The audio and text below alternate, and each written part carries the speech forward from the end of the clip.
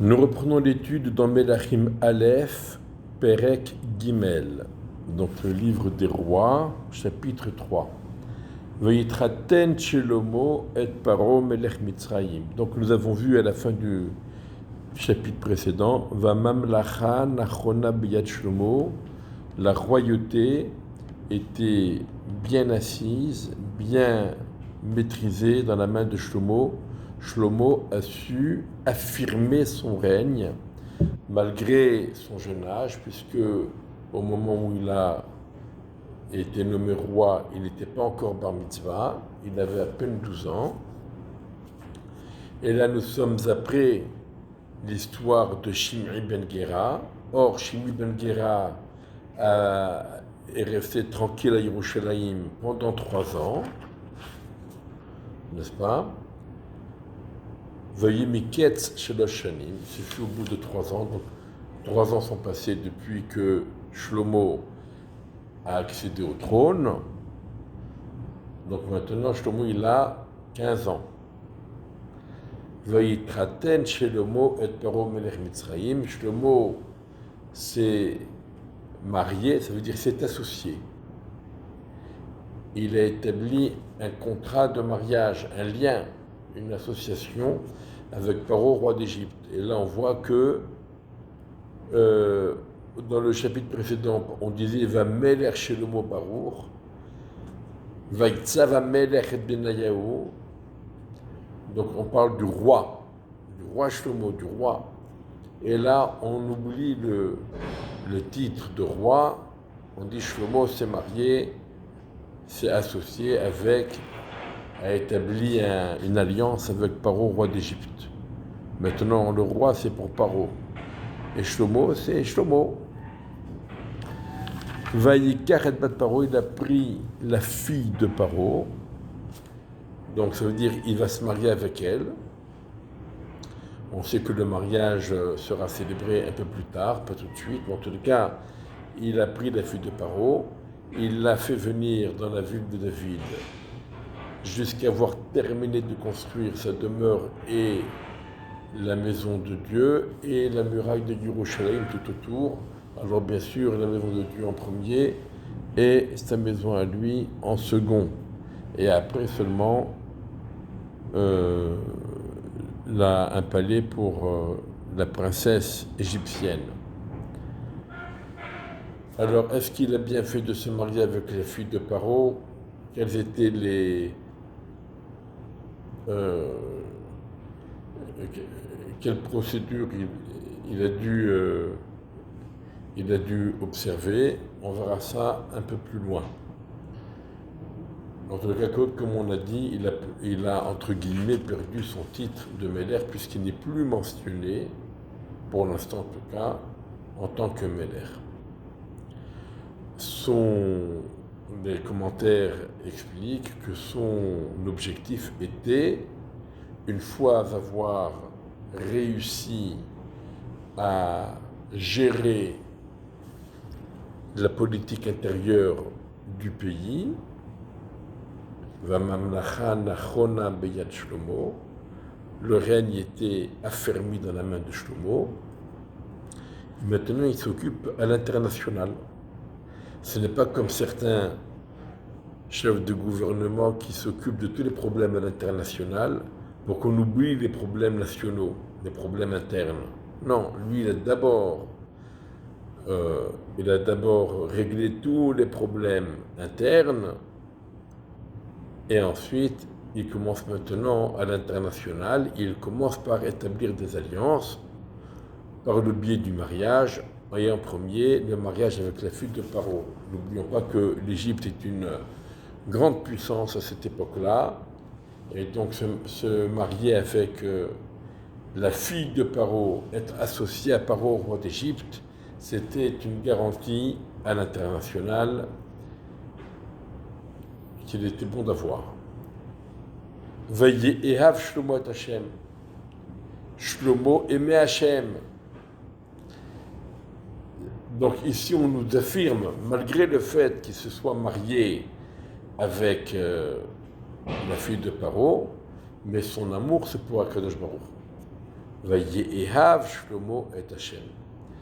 La Lechet Bechokot David Aviv. Pour aller poursuivre les chemins, les lois de son père David. Donc Shlomo va dans le chemin de David, suit le chemin de David. Rak bamamot hu mizbeach ou mezabeach omaktir, excepté le fait qu'il apportait des sacrifices et des encens dans la bama. La bama, c'est l'autel. Et ce n'est pas forcément la Bama Gedola, le grand autel, A-U-T-E-L, d'accord, mais des autels particuliers. David Ameller avait fait très attention à éviter la prolifération des autels particuliers, et David Ameller n'apportait de sacrifice que dans le grand autel. Et pourquoi il ne voulait pas...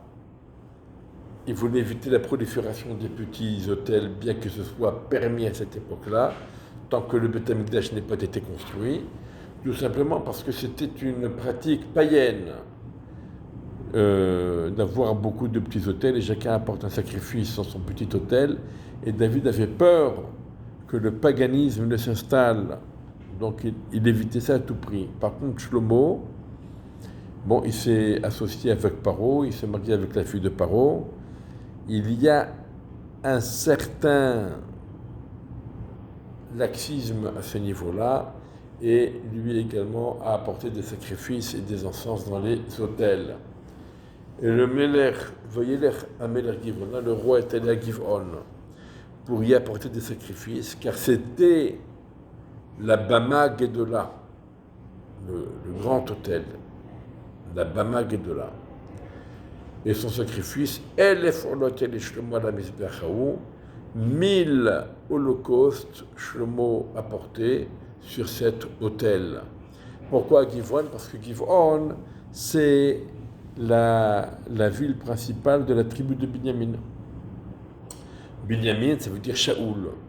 Donc, Shlomo Ameler fait attention à être en bon terme avec toutes les tribus, y compris la tribu de Binyamin, qui aurait pu être considérée comme une tribu rivale, puisqu'on se rappelle tous de Shaoul, qui était le premier roi qui était issu de la tribu de Binyamin et qui avait attenté à la vie de David.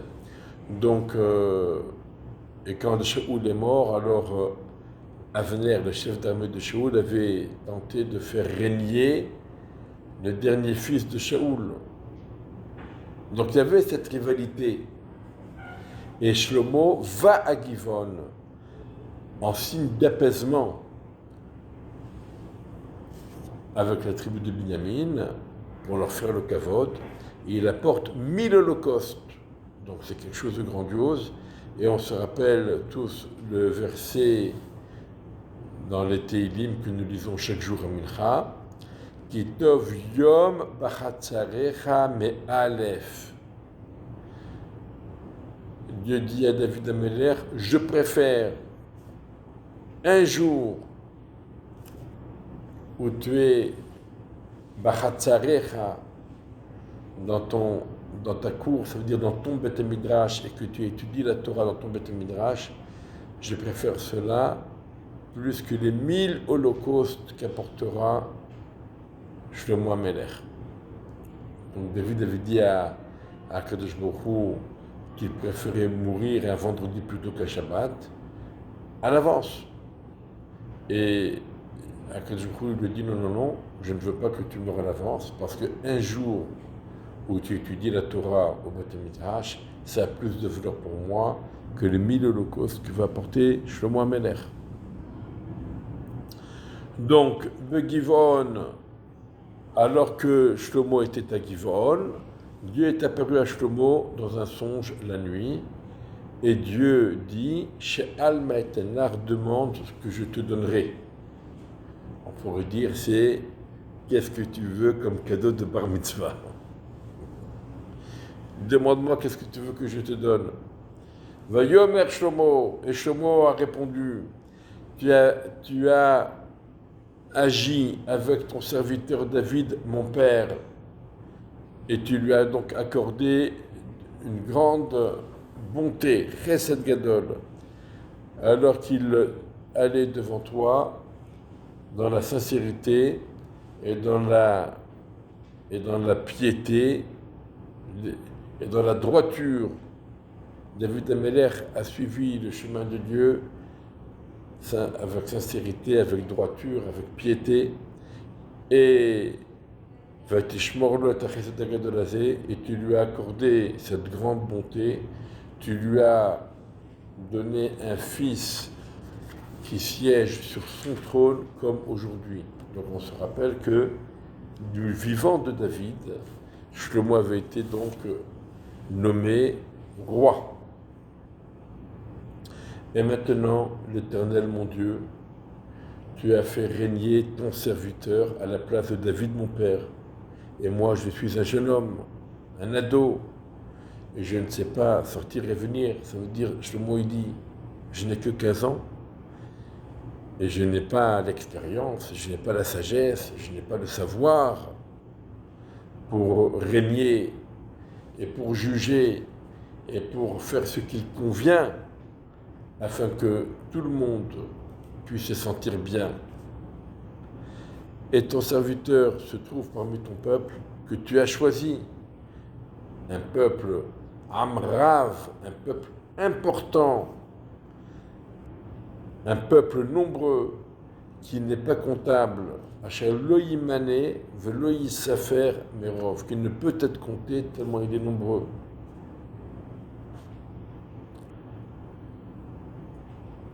Et donc, qu'est-ce que je te demande? Dans la tata d'Avdecha, tu accorderas à ton serviteur un cœur, ça veut dire un cœur, un esprit, shoméa, qui est à l'écoute, qui comprend ce qu'on lui dit. Les shpot et tamecha, pour juger ton peuple, les avin bentov lera, pour discerner entre le bien et le mal. Car qui pourrait juger ton peuple, ton peuple qui est kaved, qui veut dire kaved, ça veut dire important.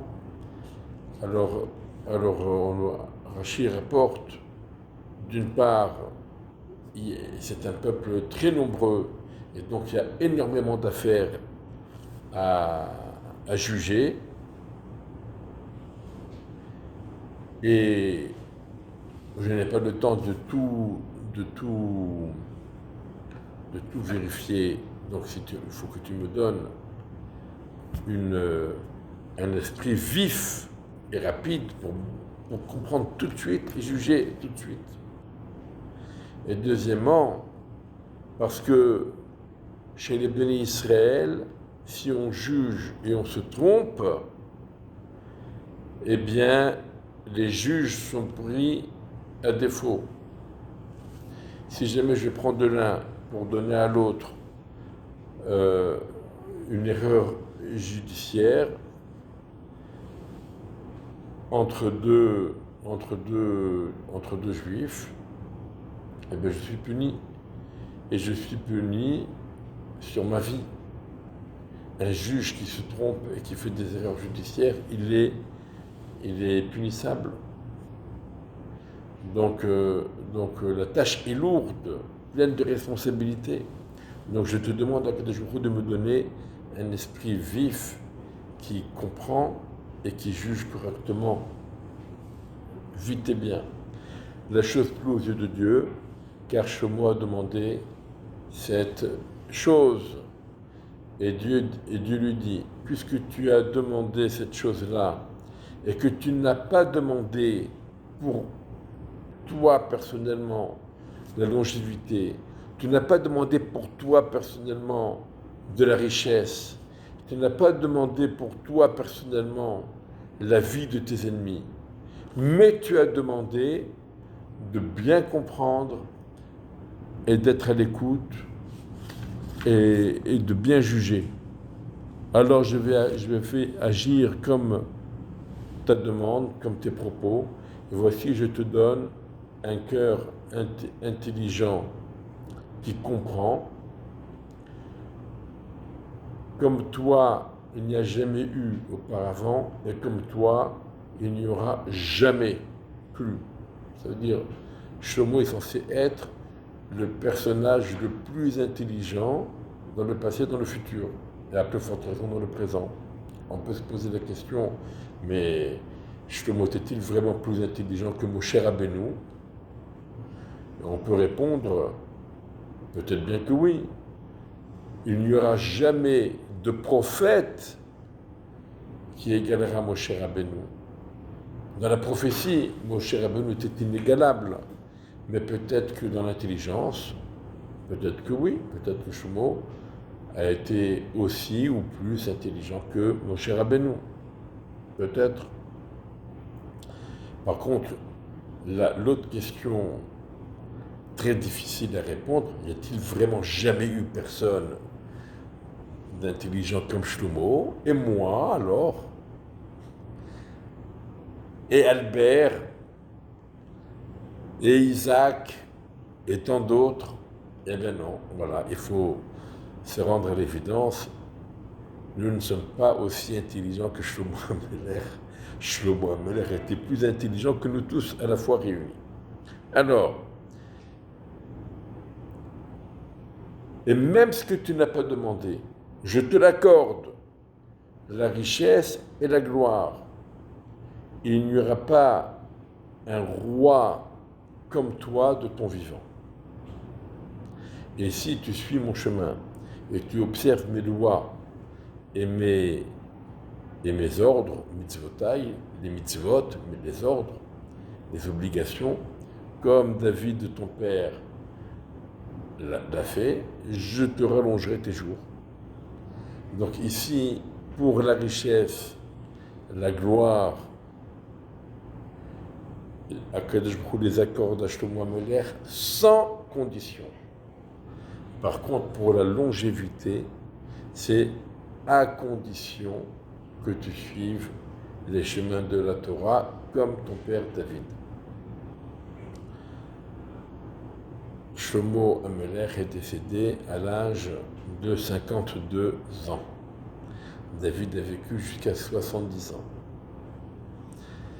Shlomo se réveilla et voici un rêve. Ça veut dire que si au moment de se réveiller, il s'est rappelé de son rêve, c'est que c'était une prophétie, c'était sérieux. Et donc, Vayavo Yerushalayim, il est venu à Yerushalayim, il s'est tenu devant l'arche de l'alliance avec Dieu, et il a apporté des sacrifices, il a apporté des korbanes, des sacrifices holocaustes et des sacrifices shelamim. Il a fait un grand mishté, un grand festin pour tous ses serviteurs, et c'est de là qu'on apprend que lorsque un jeune enfant devient bar mitzvah, et qu'à partir du moment où il est bar mitzvah, il a le da'at, il a la conscience qui s'installe en lui, c'est-à-dire il y a le savoir, il y a l'intelligence et la compréhension, Chochma et Bina, et il y a ensuite le da'at. Le da'at veut dire être conscient des choses, être conscient de ce qu'on connaît, être conscient de ce qui se passe autour de nous, savoir faire les relations entre l'un et l'autre. Ça, c'est le da'at. Eh bien, on fait une fête et on fait un festin en cet honneur. De même que Shlomo Ameler, quand il a pris conscience qu'il était devenu l'homme le plus intelligent, eh bien, il a organisé un festin pour tous ses serviteurs. Alors, Rachid nous rapporte que lorsqu'il s'est réveillé après son rêve, il s'est rendu compte qu'il comprenait le langage des oiseaux et des animaux. Alors vinrent deux personnes, deux femmes, zonot. Est-ce que zonot ça veut dire des aubergistes ou est-ce que zonot ça veut dire des prostituées? Elles sont venues chez le roi et se sont tenues devant lui. Et une femme a dit, s'il te plaît, mon Seigneur, moi et cette femme, nous habitons dans une maison. Et j'ai accouché en sa présence, donc dans la maison. Ce fut au 3e jour de mon accouchement. Cette femme également accoucha, donc à 3 jours d'écart. Et nous sommes ensemble, et il n'y a aucun étranger avec nous dans la maison, si ce n'est nous deux dans la maison. Alors, bien sûr, si elles sont accouchées, c'est qu'elles sont enceintes, et si elles sont enceintes, c'est qu'elles ont connu chacune un homme, évidemment. Mais en tout cas, au moment de l'accouchement, elles étaient seules. Le fils de cette femme est mort pendant la nuit parce qu'elle s'est couchée sur lui, elle l'a étouffé. Alors elle se levait au milieu de la nuit, elle a pris mon fils de chez moi, et ta servante était endormie, elle l'a fait coucher dans son sein, et son fils qui est mort, elle l'a fait coucher dans mon sein. Donc cette femme, elle a échangé les bébés. Et je me suis levé le matin pour allaiter mon fils, et le voici mort. Je l'ai regardé le matin, et ce n'était pas mon fils que j'ai accouché. Ça veut dire, elle a dit, je le reconnais, c'est pas mon fils. Voilà, j'avais des signes distinctifs, un grain de beauté par-ci, une tache par-là, son visage, son sourire, est-ce que je sais? Je reconnais, j'ai bien regardé mon fils, j'ai bien regardé ce nouvel enfant qu'on m'a mis chez moi, dans mon lit, ce n'est pas le même.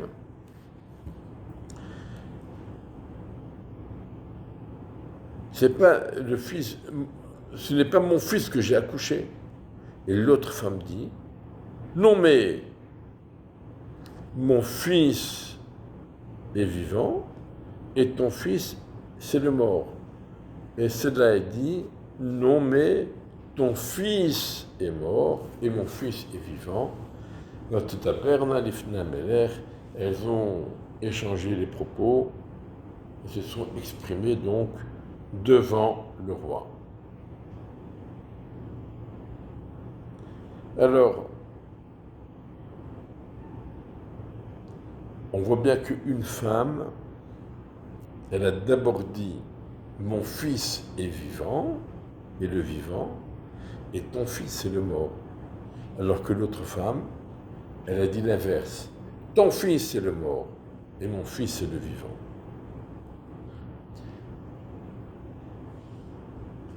Alors, Yomer Ameler, le roi dit, cela dit, c'est mon fils le vivant et ton fils le mort. Et cela dit, non mais, c'est ton fils le mort et mon fils est le vivant.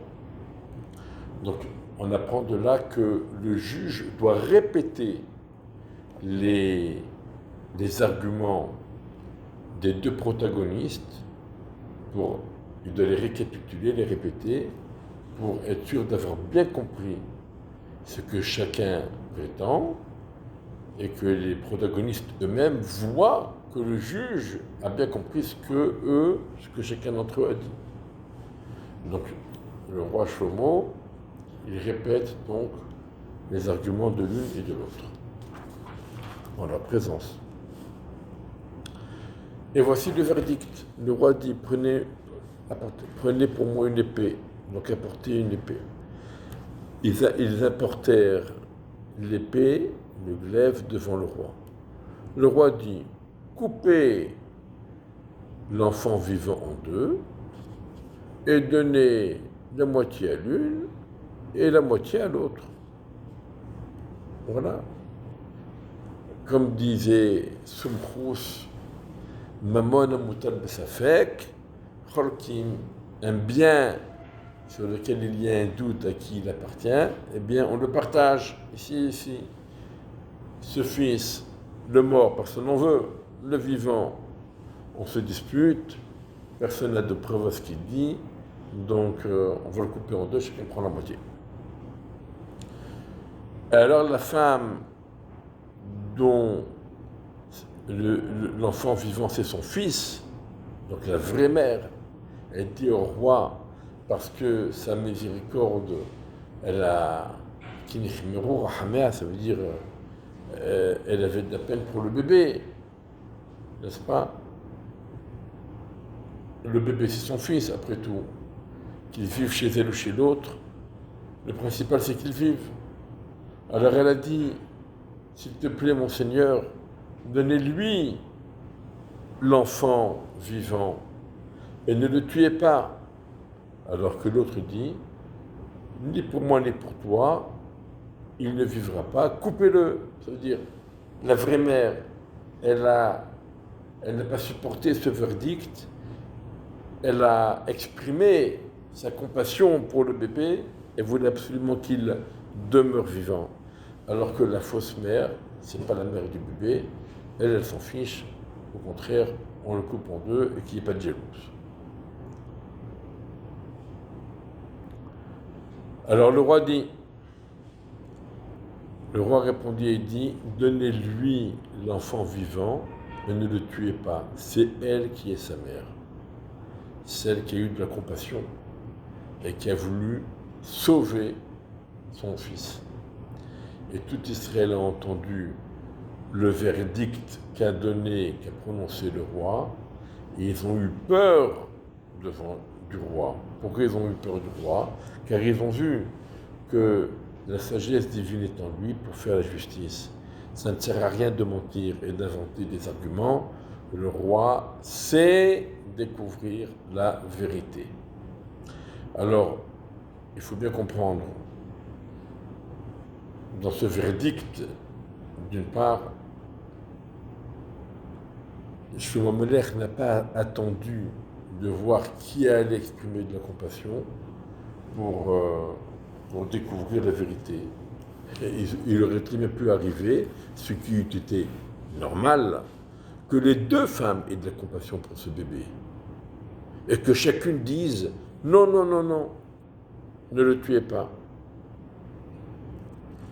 Mais en vérité, Shlomo Amelech, il avait compris depuis le départ, en écoutant les arguments de l'une et de l'autre, il avait compris qui disait la vérité et qui était la vraie mère. La vraie mère, c'est celle qui met au premier plan l'enfant vivant. Mon fils est le vivant, ton fils est le mort. Alors que l'autre, elle a dit, ton fils est le mort, mon fils est le vivant. Une, elle a mis en premier plan de ses préoccupations le fils qui est vivant, le bébé vivant, alors que l'autre, sa préoccupation principale, c'était de se débarrasser du bébé mort. Là, Shlomo Amelech a tout de suite compris qui est la vraie mère. Mais il fallait que les choses se fassent de façon plus flagrante et plus évidente aux yeux de tous. Donc il a fait ce subterfuge en proposant de couper le bébé en deux pour que la mère, la vraie mère, exprime sa compassion, alors que l'autre mère, elle avait déjà, dans ses arguments, dans ses conclusions, elle avait déjà montré de l'indifférence par rapport au bébé vivant, puisqu'elle mettait en premier plan le bébé mort. Donc, Shlomo Amelech, il comptait sur cela pour qu'elle n'ait pas de compassion pour le bébé lorsqu'il y aurait un tel verdict. D'accord? Donc le verdict ne repose pas sur la réaction des mamans après coup, mais le verdict repose sur la compréhension et la nuance qu'il y a dans les arguments de l'une et de l'autre. D'où l'intelligence du roi, et c'est pour cela que les Béné Israël ont eu peur du roi, ils se sont dit, on ne pourra pas le tourner en bourrique, on ne pourra pas, ça ne servira à rien de mentir et de donner de faux arguments, parce que le roi est capable de flairer les affaires et de savoir qui ment et qui dit la vérité. Et voilà, nous allons donc suivre Shlomo Amelech dans son règne.